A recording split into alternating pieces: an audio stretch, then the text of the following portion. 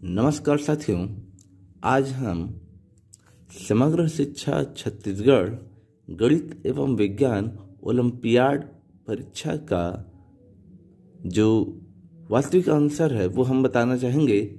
यहाँ पर गणित और विज्ञान से संबंधित 50-50 प्रश्न हैं, जिनके हम 2 वीडियोस बनाएंगे, गणित के लिए अलग और विज्ञान के लिए अलग।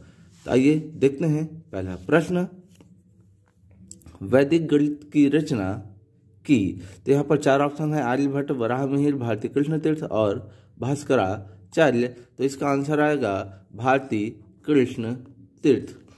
इन्होंने ही वैदिक गणित नामक ग्रंथ की रचना की थी। नेक्स्ट क्वेश्चन है, 93 गुणा 97 के गुणनफल का बीजांक होगा। तो इसका बीजांक निकालने के लिए हम जानते हैं कि 9 और 3 12 होता है, 12 का बीजांक 3 होता है, 9 और 7 होता है 16 और 16 का बीजांक 7 होता है। तो 7 और 3 का जब गुणा करेंगे तो 7 तिया हो जाएगा 21 और 21 का बीजांक हो जाएगा 3। फिर 9409 का वर्गमूल होगा। तो यहाँ पर हम देख सकते हैं कि 2 जोड़े बनते हैं।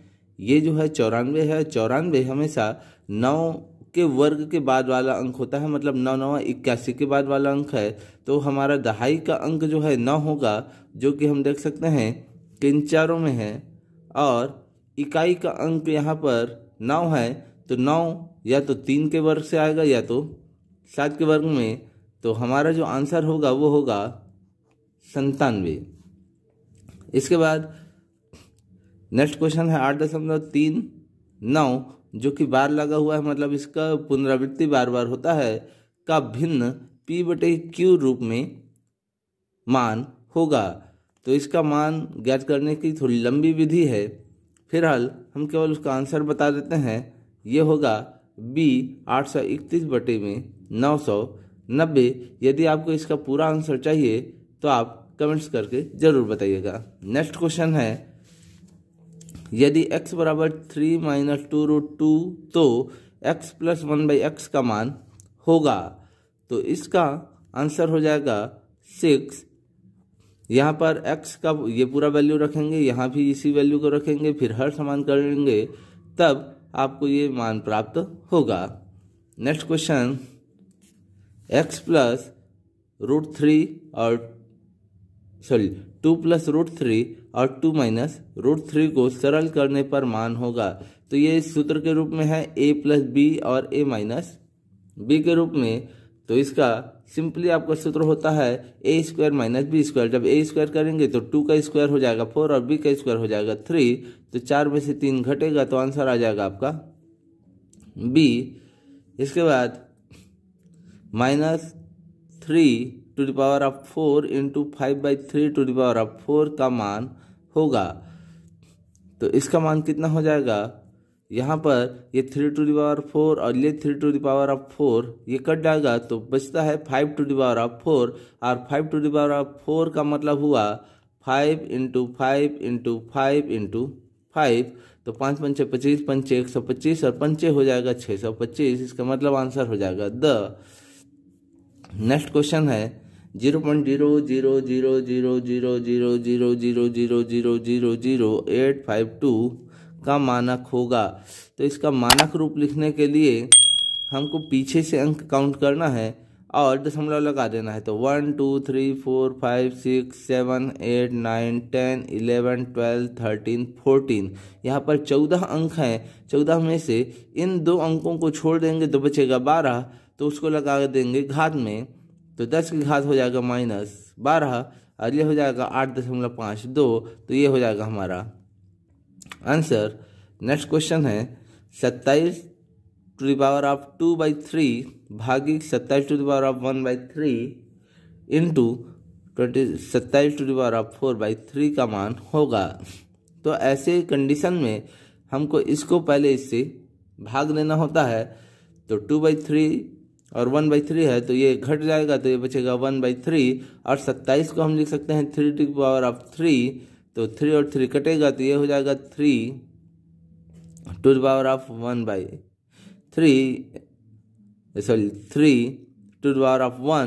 और यहाँ पर भी इसको हम 3⁴ को के रूप में लिखेंगे तो ये भी आपका कटेगा और ये आपका बचेगा 3⁵ के रूप में, जिसका आंसर हो जाएगा 3 × 3 × 3 × 3 × 3।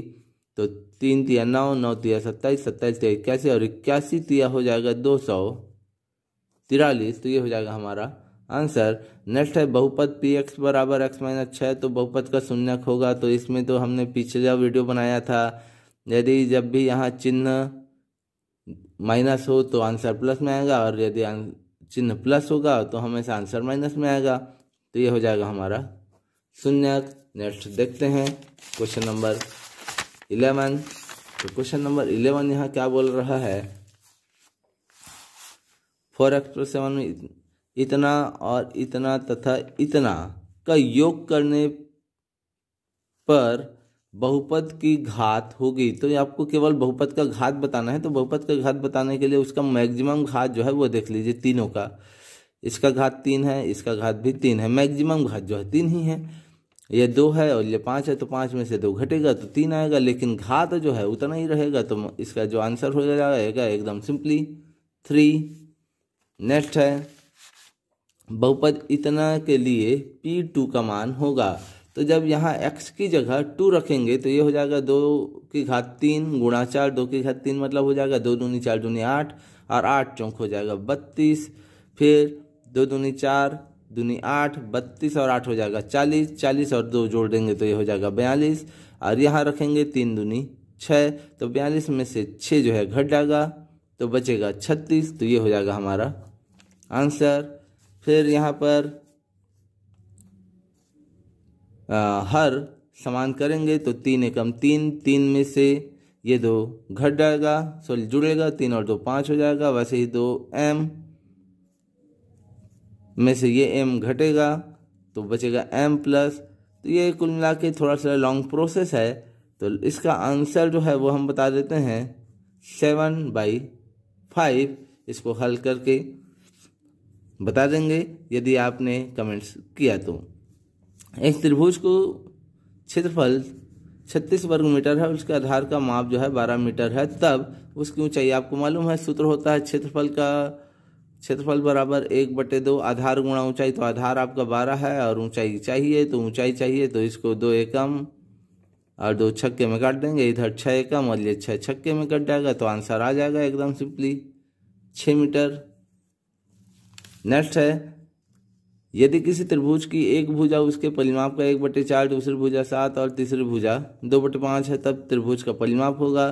तो यदि त्रिभुज का परिमाप x ले लिया जाए तो क्या हो जाएगा, x/4 प्लस x 2/5 है, मतलब 2x/5 प्लस 7। तो ये तीनों बराबर होगा x के, यहाँ हर समान करेंगे तो ये हो जाएगा 5x प्लस 8x, 8 और 5 13x बटे में हो जाएगा 20। तो ये इस रूप में हो जाएगा 13x/20 प्लस 7 बराबर में x। यहाँ हर समान करेंगे तो ये 20 सत्ते 140 हो जाएगा, और इधर चल देगा 20x के रूप में। तो यह हो जाएगा कितना,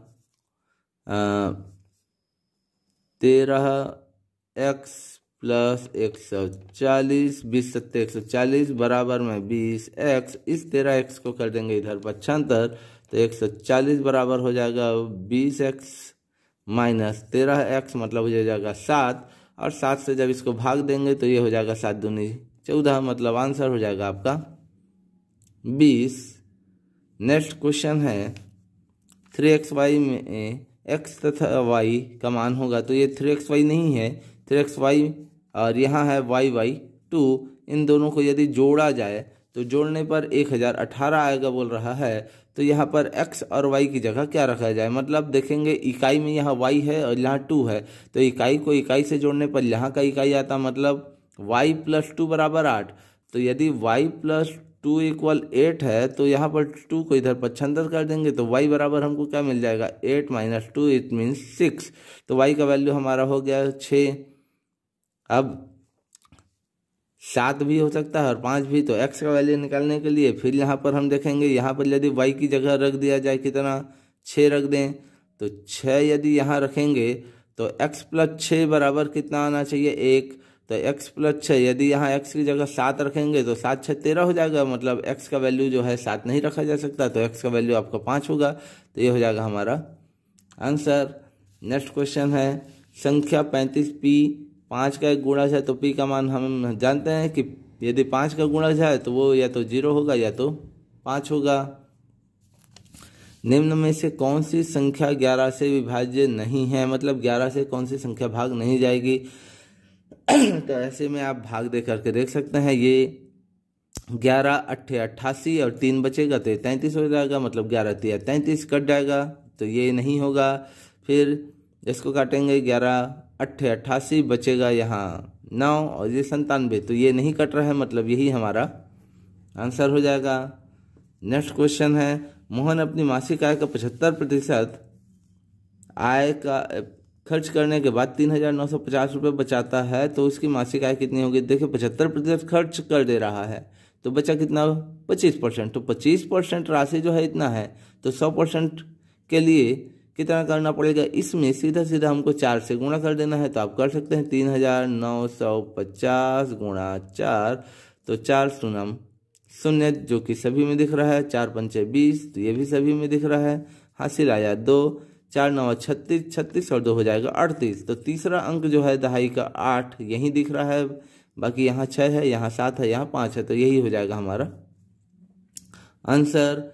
नेक्स्ट क्वेश्चन कौन सी राशि का 5% वार्षिक ब्याज की दर से 2 वर्ष का साधारण ब्याज और चक्रवृद्धि ब्याज का अंतर 40 होगा। तो अब ये थोड़ा सा लॉन्ग प्रोसेस है, क्योंकि हमको साधारण ब्याज का सूत्र और चक्रवृद्धि ब्याज के सूत्र में वैल्यू रख करके उसको निकालना पड़ेगा। तो फिर हम आपको केवल इसका आंसर बता देते हैं। इसका आंसर हो जाएगा 16,000।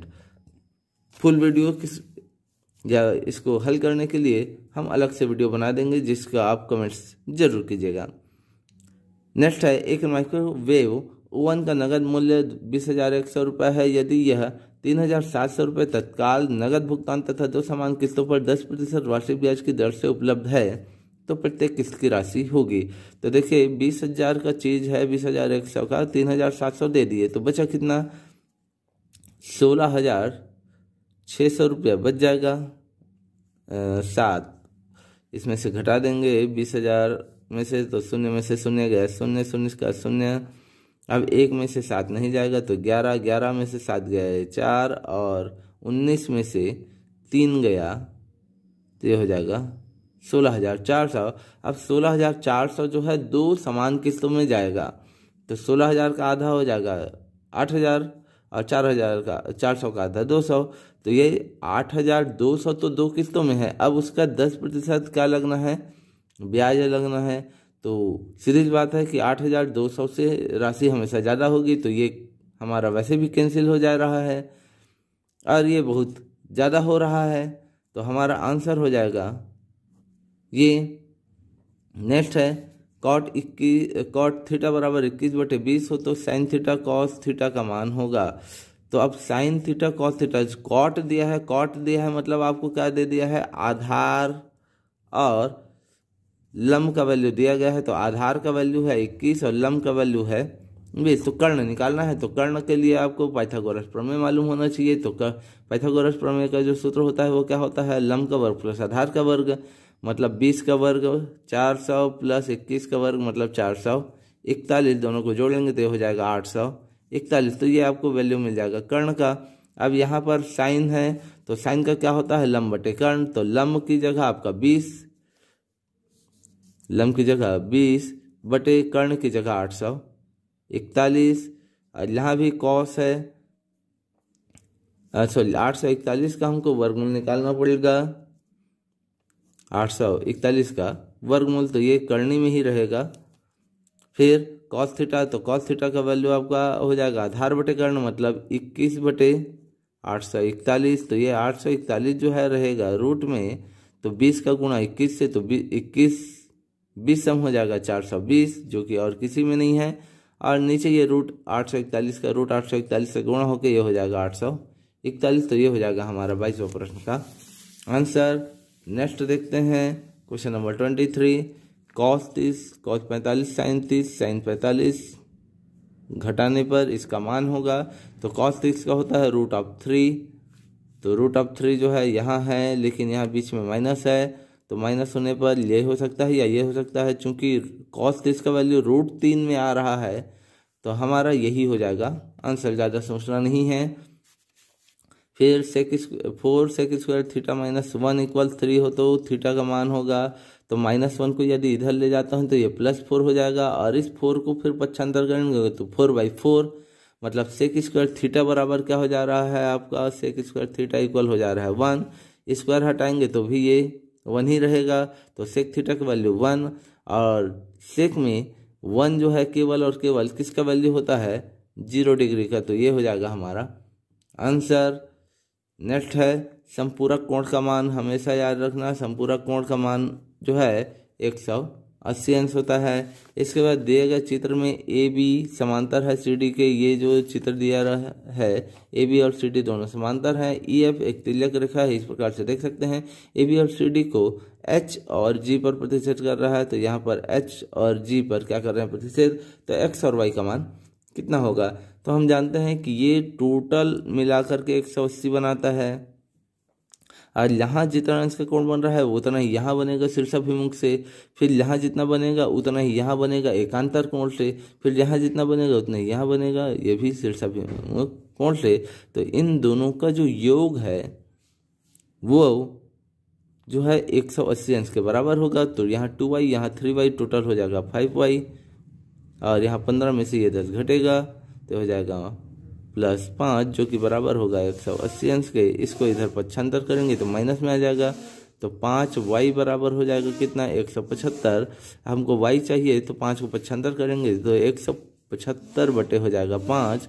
आंसर हो जाएगा 5 एकम 5 दिया 15, यहाँ बचा 2 25, 5 पंचे 25। तो y का वैल्यू हुआ 35। अब y का वैल्यू यहाँ रख देंगे तो ये हो जाएगा क्या, 35 यहाँ रखेंगे तो 35 दूनी कितना हो जाएगा 70, और 70 आपको किसका वैल्यू चाहिए, x और y का।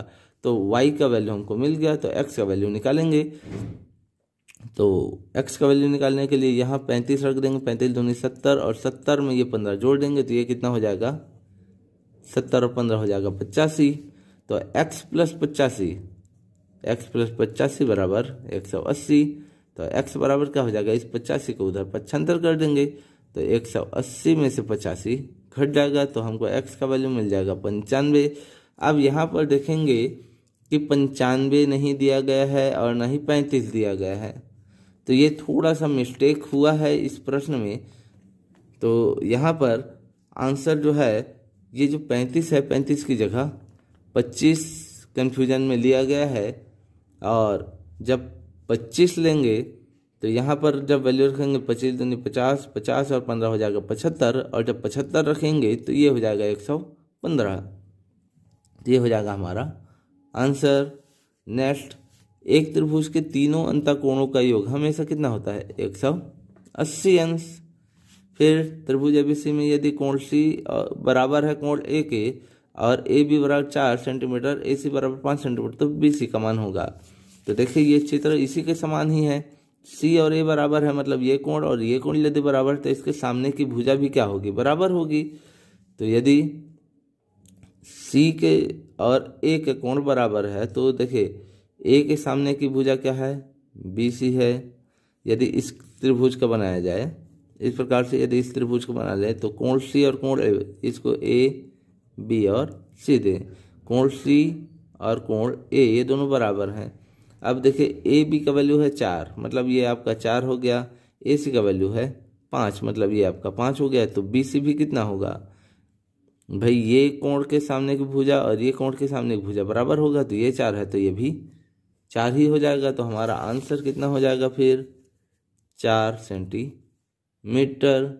फिर चित्र में यदि कोण ए बराबर है कोण बी के, तो ए सी और बी सी का अनुपात है ए और बी बराबर। देखिए ये कोण और ये कोण बराबर है, तो इसके सामने की भुजा और इसके सामने की भुजा दोनों बराबर होंगी।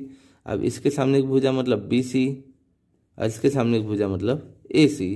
तो बी सी और ए सी ये भी दोनों क्या होगा, 1:1 में ही होगा। तो ये हो जाएगा हमारा आंसर। नेक्स्ट है किसी समबाहु त्रिभुज के प्रत्येक कोण का मान हमेशा जब तीनों कोण समान है, तीनों भुजाएं बराबर है तो कोण भी समान होगा, मतलब 60 अंश होगा। चतुर्भुज के चारों अंतःकोण टोटल जो है 360 अंश होते हैं चार भुजाओं में। समांतर चतुर्भुज के कोणों के समद्विभाजक क्या करते हैं, एक त्रिभुज की आकृति बनाते हैं, सीधी बात है। भाई समांतर चतुर्भुज है, दोनों यदि कोणों को हम समद्विभाजित करेंगे तो त्रिभुज ही बनेगा। आयत के खाली स्थान समान लंबाई के होते हैं, तो आयत के जो विकर्ण है वो समान लंबाई का होगा, जितना पहले के लिए होगा उतना ही दूसरा होगा। फिर ऐसी क्रियाएं जिनमें मूल आकृति परिवर्तित आकृति के सर्वांगसम होती है, जो मूल आकृति है वो परिवर्तित आकृति की सर्वांगसम मतलब उसके जैसे ही होता है, तो ऐसी आकृति को हम दृढ़ आकृति कहेंगे। नेक्स्ट देखते हैं क्वेश्चन नंबर 35। यहाँ क्या है, आयत में सममित अक्षों की संख्या, आयत में केवल और केवल 2 ही सममित अक्ष होते हैं। फिर वर्ग में सममित अक्षों की संख्या, देखिए आयत और वर्ग के चित्र को समझते हैं। आयत में हम इसको ऐसा काट सकते हैं या ऐसा काट सकते हैं, तभी ये 2 समान भाग में हो सकता है। लेकिन जो वर्ग है उसमें 4 सममित अक्ष होते हैं। फिर त्रिभुज में 2 छोटी भुजाओं की मापों का योग सबसे बड़ी भुजा की माप से हमेशा क्या होता है, बड़ा होता है। 2 भुजाओं को जोड़ देंगे तो वो बड़ी भुजा से क्या होगा, बड़ा ही होगा। n भुजा वाले बहुभुज के केंद्र पर प्रत्येक भुजा द्वारा बनने वाला कोण, अब जितनी भुजाएं होंगी वो केंद्र पर ज़्यादा से ज़्यादा 360 अंश का कोण भी बना सकती है, तो ये हो जाएगा 360/n। इसके बाद एक ही आधार एवं 2 समांतर रेखाओं के बीच बने त्रिभुजों का जो क्षेत्रफल होता है वो हमेशा क्या होता है, बराबर होता है। ये एक प्रमेय है, आपको याद होना चाहिए। फिर घास के मैदान में एक घोड़ा 14 मीटर लंबी रस्सी से बंधा हुआ है, तो वह मैदान में कितने क्षेत्रफल का घास चर सकता है। तो 14 मीटर लंबी रस्सी से बंधा हुआ जो है वो 14 मीटर के क्षेत्रफल को पूरा चढ़ सकता है। तो इसका जो आंसर हो जाता है आपको πr² का जो सूत्र है उसमें वैल्यू रखने से मिलेगा, जो कि आंसर होगा 616। नेक्स्ट है, एक वृत्त की त्रिज्या 3 मीटर है, दूसरे वृत्त की त्रिज्या क्या होगी जिसका क्षेत्रफल पहले वृत्त के क्षेत्रफल से 9 गुना है।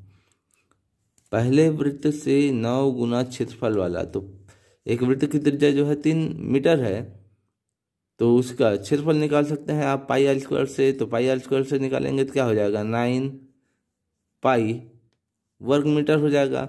फिर दूसरे वृत्त की त्रिज्या क्या होगी जिसका क्षेत्रफल पहले वृत्त के क्षेत्रफल का 9 गुना है। अब पहले वृत्त का क्षेत्रफल का 9 गुना है, तो पहला वृत्त तो ये है, इसका 9 गुना मतलब क्या हो जाएगा, 9।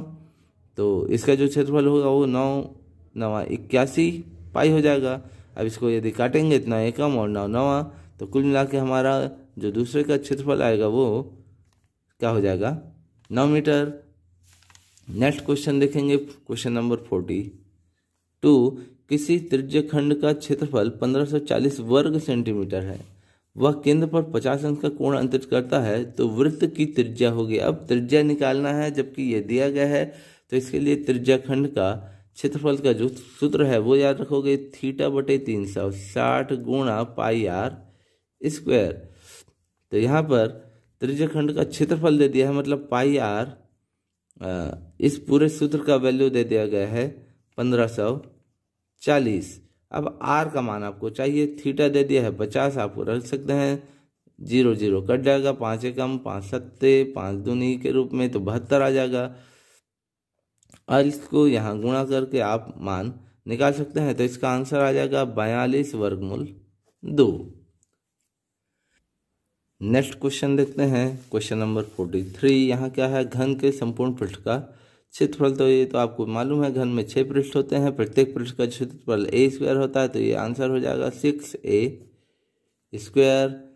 नेक्स्ट है घनाभ का संपूर्ण पृष्ठीय क्षेत्रफल 3328 वर्ग मीटर है। यदि घनाभ की लंबाई, चौड़ाई तथा ऊंचाई में अनुपात 4:3:2 हो तो घनाभ का आयतन होगा। अब घनाभ के आयतन का जो सूत्र होता है वो क्या होता है, LBH होता है। अब यहाँ से हमको उनके भुजाओं को देखना होगा, तब हमको पूरा आंसर मिलेगा, मतलब इसका लॉन्ग प्रोसेस है। अब लॉन्ग प्रोसेस को हम अभी यहाँ पर हल नहीं कर रहे हैं। लॉन्ग प्रोसेस आपको जानना है तो आप कमेंट जरूर कीजिएगा, हम वहाँ पर बता देंगे। अभी फिलहाल इसका जो आंसर होगा वो हो जाएगा 12,288 घन मीटर। नेक्स्ट है घनाभ का संपूर्ण पृष्ठ का क्षेत्रफल। तो ये संपूर्ण पृष्ठ का क्षेत्रफल का सूत्र है 2LB + BH + LH। नेक्स्ट है 8 मीटर लंबा, 6 मीटर चौड़ा और 3 मीटर गहरा एक घनाभाकार गड्ढा खुदवाने में 30 रुपये प्रति घन मीटर की दर से होने वाला व्यय। तो इसके लिए हमको इसका आयतन निकालना होता है। तो 3 छक्के 18, 18 अट्ठे हो जाएगा 144, और 144 में आप क्या करेंगे, 30 से गुणा कर देंगे तो आपको आंसर मिल जाएगा 144 दिया हो जाएगा 432, तो ये हो जाएगा हमारा आंसर 4320। नेक्स्ट क्वेश्चन, एक साइकिल के पहिए की त्रिज्या 35 सेंटीमीटर है। 500 पूरे चक्कर लगाने में यह कितनी दूरी तय करेगा। 35 सेंटीमीटर की त्रिज्या से परिधि निकालेंगे तो परिधि हो जाता है 2πr, मतलब 35 दूनी 70 पाई।